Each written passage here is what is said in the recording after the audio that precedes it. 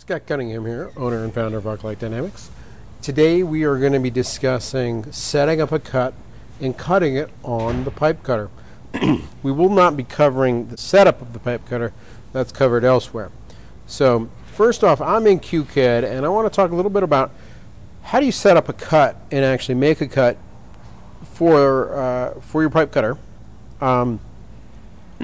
First thing you want to keep in mind is that when the machine is cutting your pipe, it is essentially rotating the pipe rather than moving the y-axis, or in some cases the x-axis. So to the machine, it's really no different than if it's cutting flat plate. So the first thing you really need to figure out is how much actual room do you have to work with on your pipe. So that's determining the circumference of your pipe. So we're currently going to be working with 3 1/4 inch pipe. So to determine the circumference, simply multiply it by pi, 3.141, and that's going to equal, it's going to give me out my actual available room for me to cut with. So I'm going to have 10.208. So in QCAD, the first thing we're going to be doing, I'm going to set up a rectangle, a measured rectangle with size. So the first thing I'm going to do is I'm going to make it 12 inches by 10.208. Okay, and I'm going to hit enter.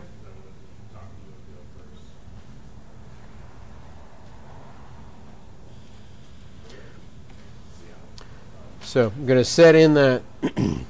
So basically this is the entire circumference of my pipe. So if I put something down here and then something up here, that's the full rotation of my pipe essentially. So first let's talk, okay, so say for instance I want to put a circle on my part. We're going to do a cut. I'm going to do center diameter, and I currently have it set to 1 inch. So I'm just going to place my hole right here, okay, near the edge. So now keep in mind that when the pipe cuts this hole, it is not going to be a perfect hole because of the kerf, because of the torch is staying in place and the pipe is rotating. These parts at the bottom of the pipe are going to actually be they're going to because of the thickness of the pipe, you're not going to end up with a perfect circle. So if you need to have a pass-through, you need to modify this shape to allow a little bit extra room here on the top and bottom to accommodate for that thickness of the pipe. But in this case, we're not going to get into that. But what I do want to talk about is, say for instance, I want to put a hole on the exact opposite side of the pipe. So simply what I need to do is divide, I need to have a distance between here, the center of one hole, and the center of the next hole. And that distance is going to be half your circumference. So if I divide the circumference by 2, it's 5.104. So one way you can set up that is to simply draw a line from the center.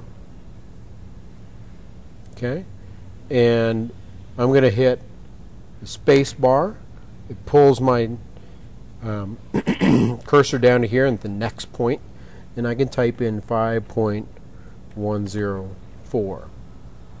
Okay, I'm going to scroll up here to place the direction of the line, and then I'm going to hit enter.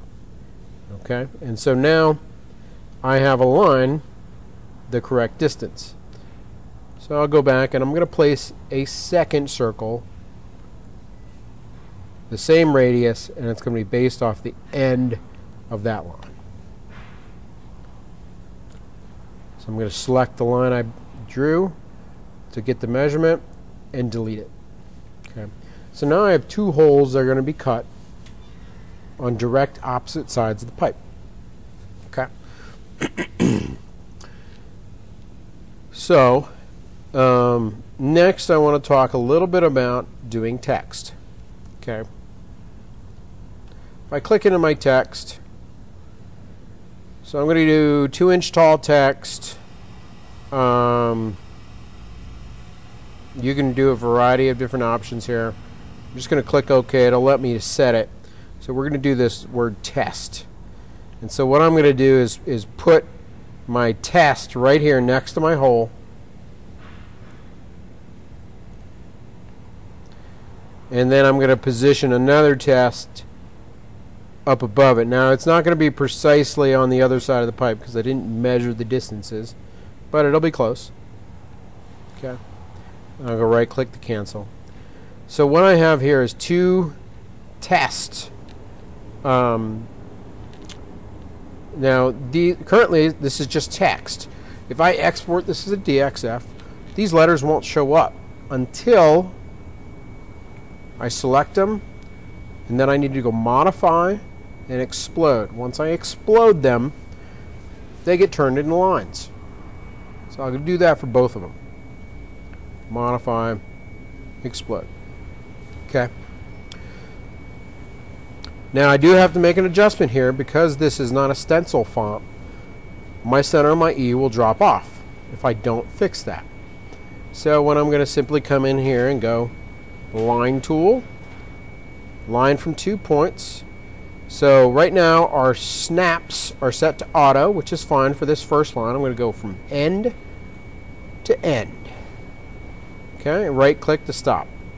Now on this next one I want to go set it to on entity, my snap. This will allow me to snap onto this line. Okay, and this is the way I'm assured that when I click on here, these lines are going to be connected. So I'm simply going to click here and then make a connecting line here. And now next step is to cut these 2 little sections out. To do that, I'm going to go up to modify, and then I'm going to go down, modify, go down to breakout segment. So I'm going to go click, click, and it broke out that segment. Now my E will not drop out. Okay. I'm going to repeat the process on this one right here. Making sure I use the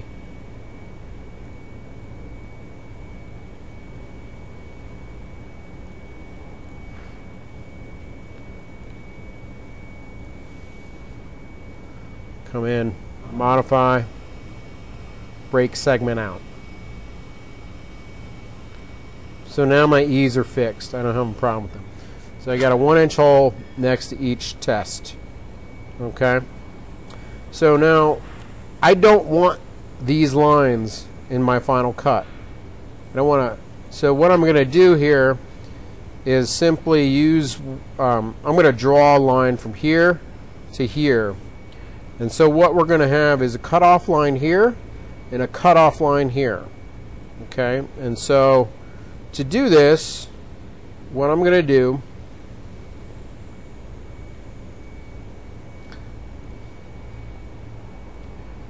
I'm going to go up select. I'm going to select this bottom line. I'm going to delete it. Then I'm going to draw a line end. I'm looking at it. We have about a 6. I'm going to go 6.5 inch. So first I'm going to set my direction. I want it to be perpendicular. I'm going to hit tab. I'm sorry, not tab. The space bar. It's going to pull my down here the next point. I'm going to hit 6.5 and set it perpendicular. So now I have my length set correctly. So I want I'm going to have 6.5 inches between cut and cut. So now I'm going to go up here and have that connect that perpendicular. And lastly, I'm going to come in here and select, delete, and lastly, delete.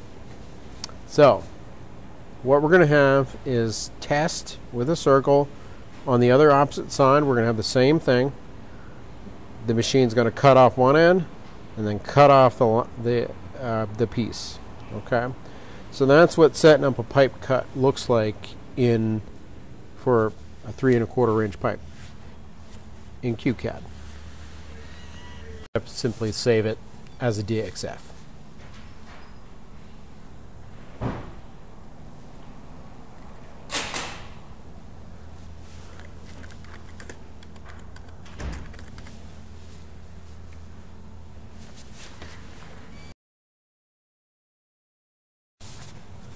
So now we got SheetCAN open, and we're going to talk about setting up the operation to make my cut.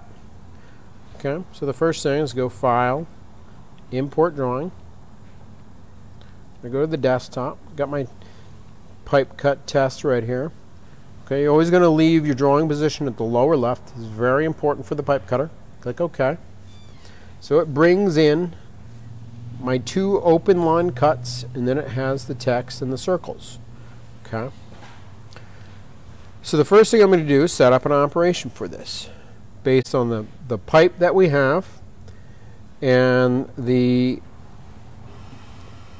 so what I'm going to be doing, I'm going to be using a low speed, we're going to be doing a low speed fine cut. We're right at about 12 gauge with this pipe. Okay. And when I set up this operation, it's important that you have offset open pass and lead-ins on open pass checked. This is not normal. Normally you won't have these checked. Okay? And the other thing I have checked is inside offset rather than an outside offset.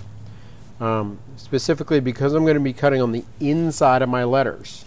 You know, if I scroll this over, you'll see that these letters are shown in red. So SheetCAN is considering them individual parts. So if you leave it on an outside offset, it will cut on the outside of these letters, which is not what you want. We want to cut on the inside of these letters. So we have to set it to inside offset. Okay? So I made these changes, and I want to say that keep in mind the next time you open up SheetCAN and you're doing a normal cut, say without the pipe cutter, these will be checked unless you specifically uncheck them. Okay? So you're going to want to uncheck them because you won't need them when you're cutting flat plate. So I'm going to click OK and set the cut up. Oops, I did not have the correct layer. 0 is my layer. And click OK. Goes through, sets up my cut. Okay. So the first thing I want to talk about is my cutoffs. Okay, the big thing is the order of your cuts. Specifically with a pipe cutter, everything has to cut off in the correct order. So ideally what I would do is we would do this cut first. We cut the lettering on one side of the pipe. We cut the lettering on the other side of the pipe. And then lastly we do this cut. Okay, as you can see, we have this cut happening first. That will not work. We will cut the pipe off and there'll be nothing left for us to cut on. So you have to get the order of the cuts correct. Very important. So what we're going to do, we got a 2, 3, 4, 5, 6, 7, 8, 9, 10, 11, and 12 for our start points. I want to set this to be our 12th start point. So this is the last cut. Okay, to do that, I'm going to go click on Mode and then go Edit Start Points. So now I can right click and go Quick Cut Sequence. So I'm going to say it's asking me to set the first of 12. I can click in here and change it, and that'll let me set the 12th. So I'm going to make that the 12th. So I'm going to change the optimization. I say yes. Okay. So I right click, again I go End Sequence. So now I have 1, 2, 3, 4, 5, 6 cut off, then 7, 8, 9, 10, and 11. That's a fine sequence. There's nothing wrong with that. And then the last cutoff is what I want. Okay, so I'll just leave it that way. So we'll cut the test, cut the circle, cut off one end of the pipe, flip over, cut the other end of the pipe. And so the next thing I want to talk about is offsets on these open paths. By default, if you look, we are offsetting to the right side of this. And that's because our start points are down at the bottom. Okay? So that is correct for this cutoff. That is not correct for this one. Okay? If I leave that cutoff here, my part will be slightly smaller than the 6.5 inches that I want. Okay? Because of the kerf width. So if I change which end I start at, it will swap the offset to the other side. So I change that, so as you can see, it's going to cut on the opposite side of the pipe. So we're cutting on this end here, and the opposite end, and the part in between is the part we're keeping. Okay? So that makes perfect sense. It all looks good. Okay. So overall, I'm happy with this, the setup of this cut. Now, one of the things I want to mention is that when you set up your cut, it is important to keep in mind the drops from your cut, because they fall into your pipe. So what's going to happen is this is going to cut, this is going to cut, this is going to cut, this is going to cut, this is going to cut. All these drops are going to fall in to the bottom of the cut. Okay? And then when it goes to make this cut, essentially will rotate the pipe almost a full rotation and then make this cut. When it does that, those little cutoffs are going to be falling around inside the pipe. And what can happen is they can get themselves jammed up in the openings and get stuck between the pipe cutter and your pipe and cause problems. Okay, so what I'm going to do is let it cut this, and then I'll pause the machine before it goes to this move, pull out my drops, and then let it continue, cut the remainder, and then I'll probably also pause the machine before it cuts this one. Okay, so you want to keep that in mind. So I'm going to post-process this and save this guy to my desktop.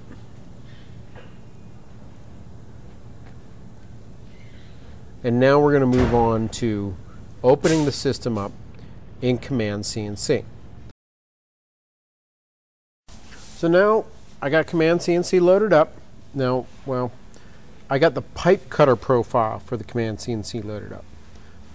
Let me specify this. You have to select the correct profile in order to use the pipe cutter. Okay? If you select one of these other profiles, it will not work properly.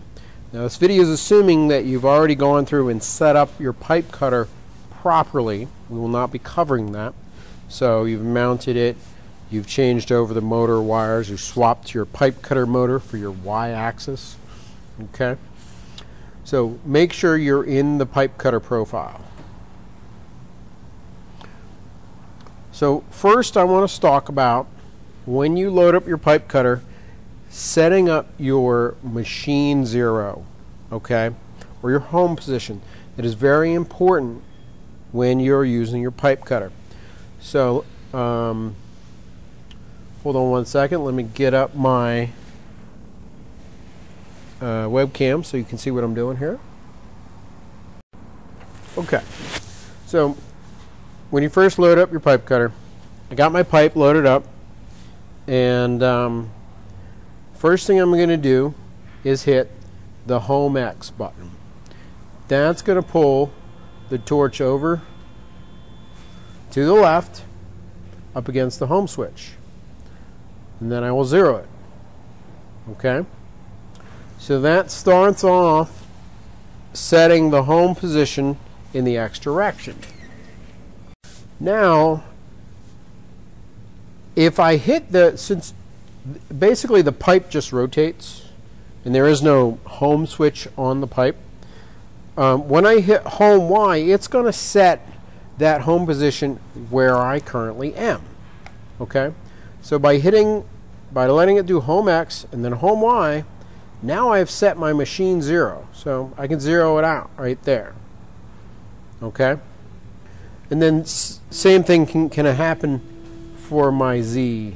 I can hit home Z and home the Z. So now my machine 0 is set. Now I want to talk a little bit second. This is really important. You'll notice if I jog out of the way here, I'll jog this up and over a little bit. My home position, you see my dotted red lines? These represents my soft stops, soft limits essentially. So my home is right on the X soft limits, but it's a ½ inch from the Y soft limit. That's done specifically with the pipe cutter so that if I try to jog this way, it stops it. If I try to jog the pipe that way, it stops it. So when you load up a cut, and when we created our cut, we create our cut in sheet cam, our home position, our 0 is going to end right here. Our bottom of our cut will be right here. And if we have any lead-ins, if I had allowed the soft limit to be at 0, if there were lead-ins, they would be sitting over top of the soft limit, and that would cause an error when the machine tried to run that file. Okay? So very important that you set up your soft limits correctly by homing your machine when you set up to make a cut. Okay, so now that we've set up our machine 0, I want to talk a little bit about determining the correct steps per inch for a pipe rotation. Now, if you look at this list, we have this in your manual and on the disk or USB that came with your machine. This shows your common pipe sizes up to 4½ inches and the steps per inch. The steps per inch to make a complete rotation of the pipe vary slightly depending on its diameter. Okay, so you want to make sure you have the correct steps per inch. And we're going to walk you through how to figure that out. If, for instance, you're not using a pipe size that's specifically listed on this chart. You know, when this is the outside diameter of the pipe that we're talking about. Okay, so the first thing you need to do is to set a position.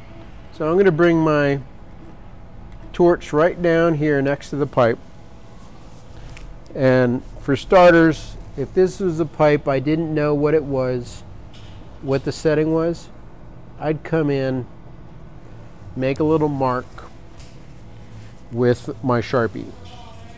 Okay, so then in the next step is to figure out what the circumference of your pipe is, and we talked about this.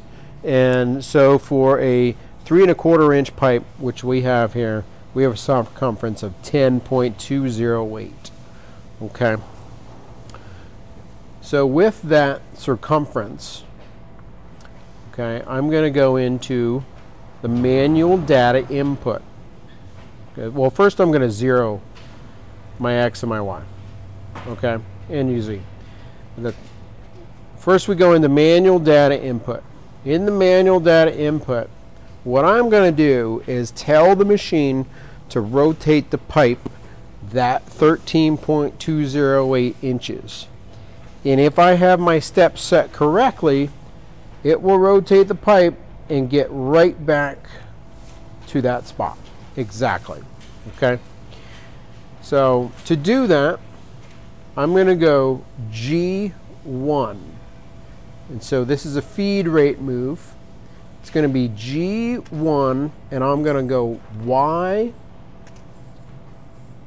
10.208. And with the G1 move, I have to specify my feed rate. So lastly, I'm going to do a feed rate of 50. So now that I've set in my position, I want it to turn 1 full circumference at a feed rate of 50 inches a minute. I'm going to hit enter. And now we're going to see, does the machine go fully back to the same position.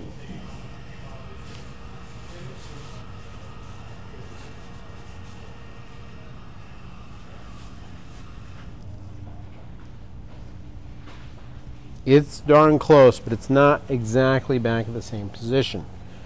And so the next step is we're going to go G1, Y0, F50.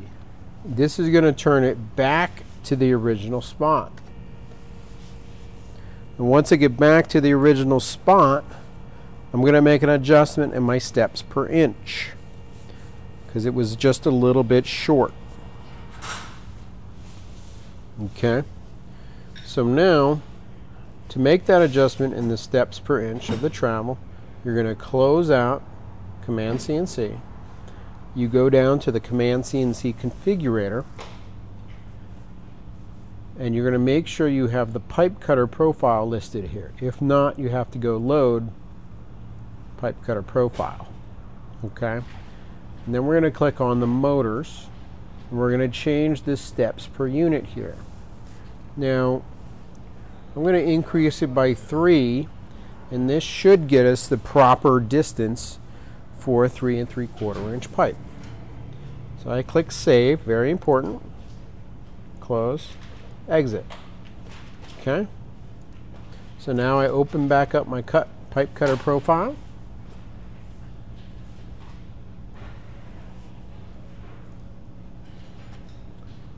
Pull it out of eStop, go back into manual data input. I'm going to do this line again. If I want to, I just click on it, and it populates it here. I select it, and then I hit enter. And now the machine should move 1 full rotation properly. And there we go. Move the exact right distance. We're right on the money. Now, if it had gone too far, or I needed to keep making adjustments, I close down CommandCNC.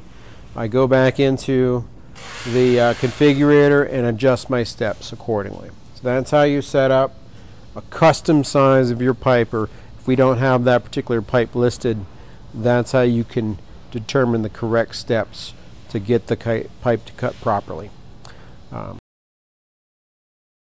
Open up my desktop, open up the test pipe, and now I'm going to set up, let me pull up my camera so you can see what I'm doing. So we're going to figure out where exactly I want to set up my cuts. So I need to go a little bit further over and re-zero, because I was a little bit too close to the edge there. So I'm going to zero my X again. So now if I scroll over to the right, I'll make my cut here, and then my final cut will be back here. Okay. So you'll notice on my pipe cutter I have a little piece of scrap here. That helps protect the aluminum structure from damage heat. So having little pieces of scrap to cover that where your cuts are going to be can be really important.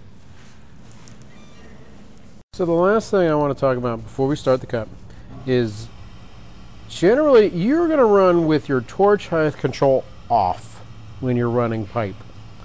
With the torch height control on, generally it can cause more problems than it'll solve. So I would highly recommend just simply turning it to manual, turning it off. It's not going to help you out very much. I mean, if your pipe is not round, you really can't cut it to begin with. So as long as your pipe's round, your torch height control is not going to be necessary. So basically we've zeroed out our machine. I've already set my machine 0. I got my part 0. Everything's set up. I go through my checklist. Plasma's on, got air, got it set to the right amperage. I have my ground set up, which is important with a pipe cutter. You want to make sure that when you set your pipe cutter ground up that you're grounding through the magnet that we have set inside the pipe on this far side over here. Basically, in this far side, we have a magnet, and then my ground is clamped to the end of that cable. The reason for that is we do not want the electricity to be grounding through these bearings. That will not be good for the bearings, and they will not last very long if you do that. So very important, you got to ground to the pipe itself, not just leave your ground on the table. Okay, so now I'm going to hit run, and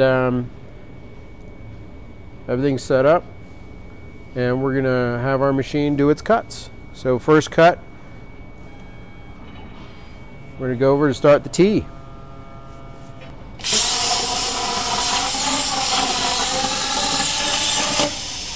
Now I want to talk a little bit about the feed rate. Generally, it's not a bad idea to run your cuts a little bit slower with the pipe cutter. You'll get more draws, but the cuts will be smoother.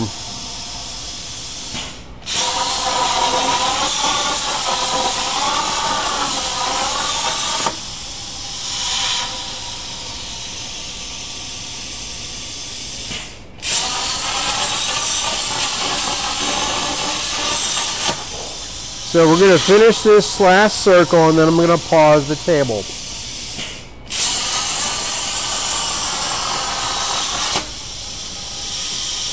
Okay. So now I'm going to take care of my drops. Before these guys fall down through and cause me problems, because they can, as the pipe flips back over, cause issues with it's hot, so with them falling out the other side. And if they're big drops, they can fall out the other side and catch on this bottom support and cause problems. Okay, so now we are going to cut off the end of the pipe.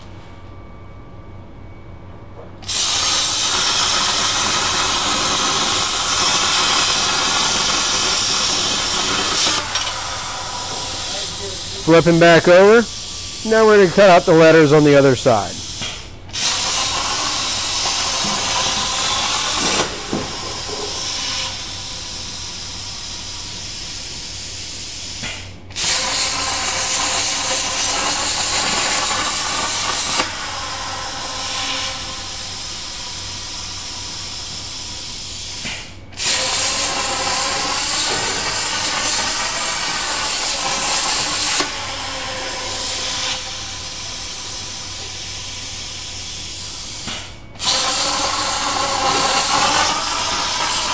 You can notice one of my little pieces that I left behind is dangling out. I pulled it out.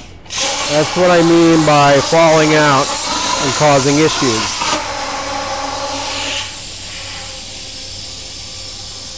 So now it's going to cut off the end of the pipe.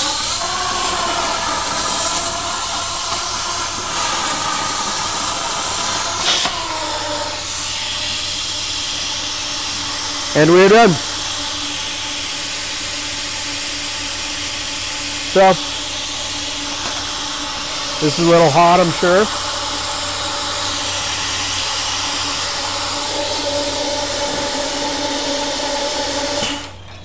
Let this guy get in the water a little bit so I can hold it.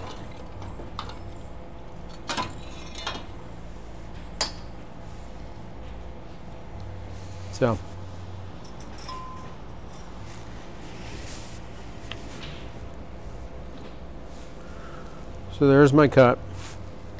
Now, as you can see, we got a hole on the opposite side of the pipe, right where it should be.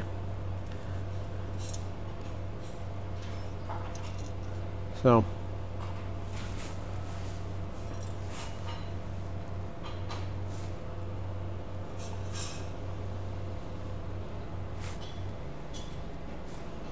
I'd say we're pretty darn good. Excellent cut quality. Very happy with that. So that's making your first test cuts. with the pipe cutter.